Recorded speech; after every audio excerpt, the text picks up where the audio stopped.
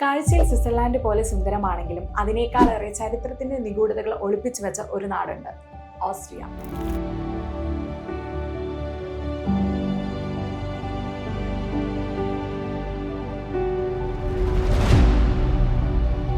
അതെന്തുകൊണ്ടാണ് ആരും അധികം തിരിച്ചറിയാതെ പോകുന്നത്? അവരുടെ ആൽപ്സ് ഉണ്ട്, പിന്നെ ഹിസ്റ്ററി ഒത്തിരി ഉണ്ട്. ഇവൻ വേൾഡ് വാർ 1 തുടങ്ങിയത് പോലും ഓസ്ട്രിയൻ. ഇവൻ ഓസ്ട്രിയൻ വില്ലേജസ് കാണാൻ ഭയങ്കര ഭംഗിയാണ്. ഈ ഹാൾസ്റ്റാറ്റിൽ എന്താണ് പ്രത്യേകതയായിട്ടുള്ളത്?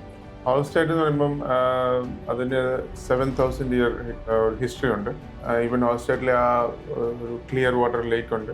അത് കഴിഞ്ഞ് അവിടെ ഈവൻ ഇൻസ്റ്റഗ്രാമിനകത്ത് ഒത്തിരി ഫേമസ് ആയ സ്ഥലമാണ്. ഒരു പ്രത്യേക അത് പോയിരിക്കേണ്ട ഒരു സ്ഥലമാണ്. അവിടുത്തെ ഓസ്ട്രിയയിലെ ഹിസ്റ്ററി കുറിച്ചൊന്ന് പറയാമോ? വേൾഡ് വാർ 1 നോക്കിയാൽ വേൾഡ് വാർ 1 തുടങ്ങാൻ കാരണം തന്നെ അവിടുന്നാണ്. എന്ന് വെച്ചാൽ അവിടുത്തെ ഒരു രാജാവ് ഉണ്ടായിരുന്നു.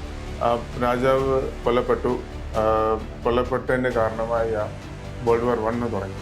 ഇവൻ ഹിറ്റ്ലർ നോക്കിയാൽ ഹിറ്റ്ലർ ജനിച്ച സ്ഥലം തന്നെ ഓസ്ട്രിയയാണ്.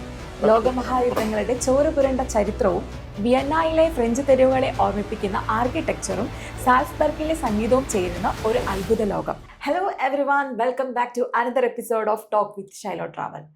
ഇന്ന് നമ്മുടെ കൂടെയുള്ളത് ഷൈലോ ട്രാവലിന്റെ ഓണർ ആയിട്ടുള്ള മിസ്റ്റർ ഫിനി സാറാണ്. Welcome sir. Thank you. നമ്മളിന്ന് സംസാരിക്കാൻ പോകുന്നത് ഓസ്ട്രിയയെ പറ്റിയിട്ടാണ്. ഓസ്ട്രിയയുടെ കൂടുതൽ വിശേഷങ്ങൾ നമുക്ക് ഫിനി സാറുമായിട്ട് ചോദിച്ചറിയാം. സർ, യൂറോപ്പ് എന്ന് പറയുമ്പോൾ നമുക്ക് ഓർമ്മ വരുന്നത് സ്വിറ്റ്സർലാൻഡാണ്. അതിനേക്കാൾ ഭംഗിയുള്ള ഒരു സ്ഥലമാണ് ഓസ്ട്രിയ എന്ന് പറയുന്നത്. അതെന്തുകൊണ്ടാണ് ആരും അധികം തിരിച്ചറിയാതെ പോകുന്നത്? സ്വിറ്റ്സർലാൻഡ് പറയുമ്പം വെരി ബ്യൂട്ടിഫുൾ തന്നെയാണ്, പക്ഷെ തൊട്ടിരിക്കുന്ന രാജ്യമാണ് ഓസ്ട്രിയ. ഓസ്ട്രിയയിൽ ബ്യൂട്ടിഫുൾ തന്നെ മാത്രമല്ല, അവരുടെ ആൽപ്സ് ഉണ്ട്, പിന്നെ ഹിസ്റ്ററി ഒത്തിരി ഉണ്ട്. ഇവൻ വേൾഡ് വാർ 1 തുടങ്ങിയത് പോലും ഓസ്ട്രിയയിൽ നിന്ന്. പല ചരിത്രങ്ങളുണ്ട്, കൾച്ചറുണ്ട്, ഹിസ്റ്ററി ഉണ്ട്. ലൈക്ക് ബ്യൂട്ടിഫുൾ ആണ്. നല്ല ബ്യൂട്ടിഫുൾ വില്ലേജസ് ഉണ്ട്. ഈവൻ ഓസ്ട്രിയൻ വില്ലേജസ് കാണാൻ ഭയങ്കര ഭംഗിയാണ്. സർ, ഓസ്ട്രിയയിൽ പോയി കഴിഞ്ഞാൽ നമ്മൾ കണ്ടിരിക്കേണ്ട സ്ഥലങ്ങൾ ഏതൊക്കെയാണ്? ഓസ്ട്രിയയില് ഫസ്റ്റ് വിയന്ന, ക്യാപിറ്റൽ സിറ്റി, അത് കണ്ടിരിക്കണം. പിന്നെ ഹാൾസ്റ്റാറ്റ് ആയാലും ഒരു പിക്ചറിസ്റ്റിക് സിറ്റിയാണ്. പിന്നെ സാൽസ്ബർഗ് ഉണ്ട്, പിന്നെ ഇൻസ്ബർഗ് ഉണ്ട്.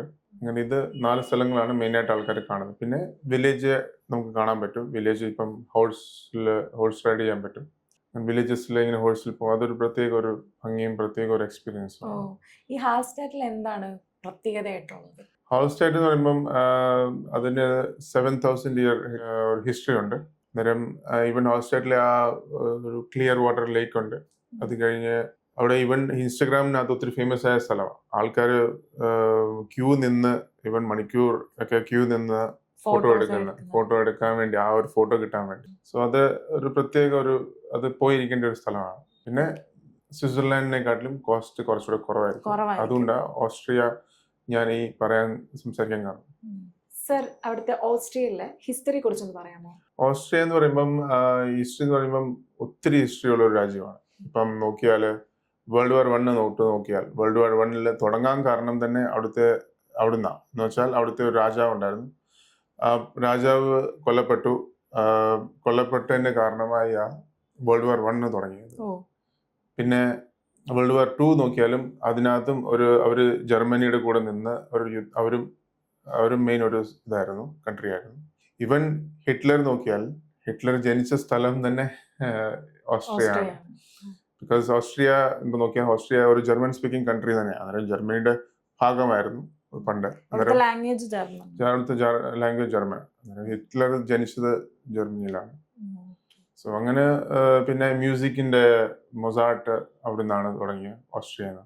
സോ അങ്ങനെ ഒത്തിരി ഹിസ്റ്ററി ഉള്ള ഒരു രാജ്യമാണ് ഓസ്ട്രിയ. സർ, നേരത്തെ ഹാൾസ്റ്റാറ്റിനെ കുറിച്ച് പറഞ്ഞല്ലോ. അപ്പോൾ ഈ സാൽസ്ബർഗിനെ പറ്റി ഒന്ന് പറയാമോ? സാൽസ്ബർഗ് എന്ന് പറയുമ്പോൾ ബർത്ത് പ്ലേസ് ഓഫ് മ്യൂസിക് എന്നും പറയാം. മൊസാർട്ട് എന്ന് പറയുന്ന ഒരാൾ പുള്ളി ജനിച്ച സ്ഥലമാണ്. പിന്നെ അവിടെ മ്യൂസിക്, ഒരു സൗണ്ട് ഓഫ് മ്യൂസിക് വേണ്ടി ഒരു മൂവി ഇറക്കി, വെരി ഫേമസ് ആണ്. അതവിടെ ഇറക്കിയത്.